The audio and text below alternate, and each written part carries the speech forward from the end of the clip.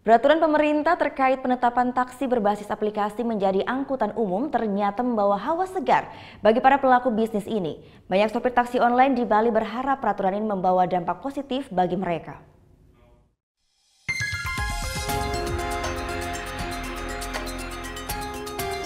Terhitung sejak 1 April lalu, peraturan Menteri Perhubungan tentang taksi online mulai diberlakukan.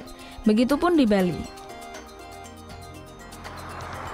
Selain memang memberikan kemudahan, sulitnya mendapatkan transportasi umum di Pulau Dewata juga menjadi alasan bagi para wisatawan untuk memilih transportasi online sebagai sarana mobilitas. Dan sejak diberlakukan pada tanggal 1 April 2017 kemarin, transportasi online kini ditetapkan sebagai angkutan umum yang wajib diberlakukan di wilayah seluruh Indonesia. Namun gimana ya perkembangannya di Pulau Dewata, dan kita saat ini akan mencari tahu nih bagaimana sih perkembangan taksi online di Pulau Dewata sejak diberlakukan sebagai transportasi umum.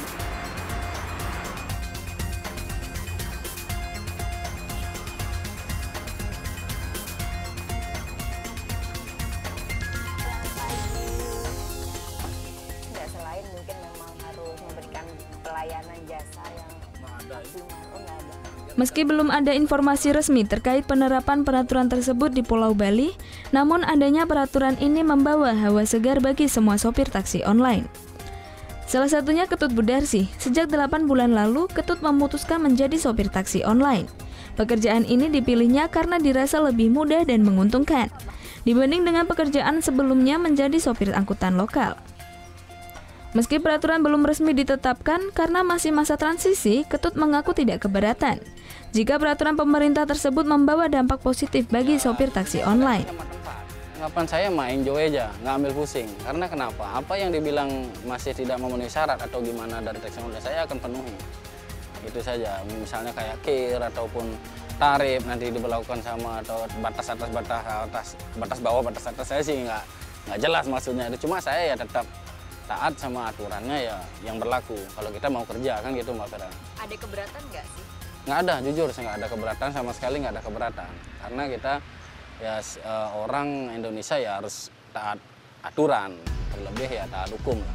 Tidak seperti pemberitaan yang ada, selama menjadi sopir taksi online, Ketut mengaku selalu menjalin hubungan baik dengan para sopir taksi konvensional.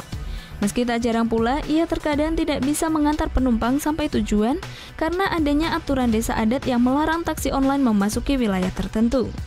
Adanya taksi online menjadi salah satu alternatif transportasi bagi para wisatawan di Bali. Tak heran dengan adanya peraturan ini membuat banyak kalangan yang mendukung. Ya, saya mendukung untuk penggunaan taksi online. Cuman yang penting adalah bagaimana konsumennya itu bisa nyaman, bisa aman di jalan raya. Karena kan kalau taksi online kadang kan kita juga harus hati-hati ya untuk mau pesan atau untuk memutuskan mau pakai online atau yang biasa gitu. Lebih cepat, habis itu respon tanggapnya tuh selain jemput, habis itu pelayanannya lebih cepat. Secara harga juga selama ini saya bandingkan juga agak miring. Meski beberapa kalangan menyatakan setuju dengan adanya peraturan baru tersebut, namun beberapa sopir angkutan konvensional pun masih ada yang menyatakan keberatan jika tidak ada batasan untuk jumlah armada taksi online. Ya kalau saya minta sama pemerintah harus dikaji ulang lah. Tuh. Karena adanya taksi online kita nggak bisa sekarang, tamunya juga menurun. Semuanya nggak sesuai target. Oke Pak, tapi kan memang ada beberapa yang masih perlu dikaji sama pemerintah, dan ada masa transisi juga ketika pemerintah memutuskan untuk akan ada tarif atas bawah dan maksimal yang disamakan dengan konvensional. Kalau seperti itu Pak, tanggapannya? Iya, tanggapannya oke-oke saja, tapi ya harus kuotanya dibatasin juga, mobilnya juga dibatasin biar sama-sama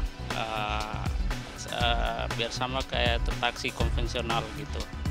Peraturan Menteri Perhubungan Nomor 26 Tahun 2017 tentang taksi online ini merupakan revisi dari Permenhub Nomor 32 Tahun 2016.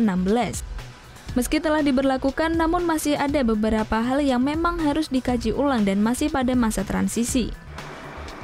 Peraturan Menteri Perhubungan terkait penetapan taksi online menjadi angkutan umum menjadi cikal bakal bagaimana nantinya taksi online ini dapat diterima di kalangan masyarakat luas.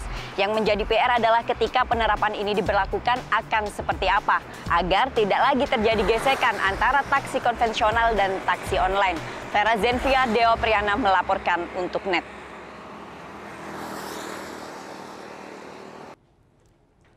Thank you. Udah selesai nonton beritanya? Jangan pergi dulu dong. Subscribe dulu dan nonton tayangan lainnya di sini. Subscribe, nonton lagi. Subscribe, nonton lagi.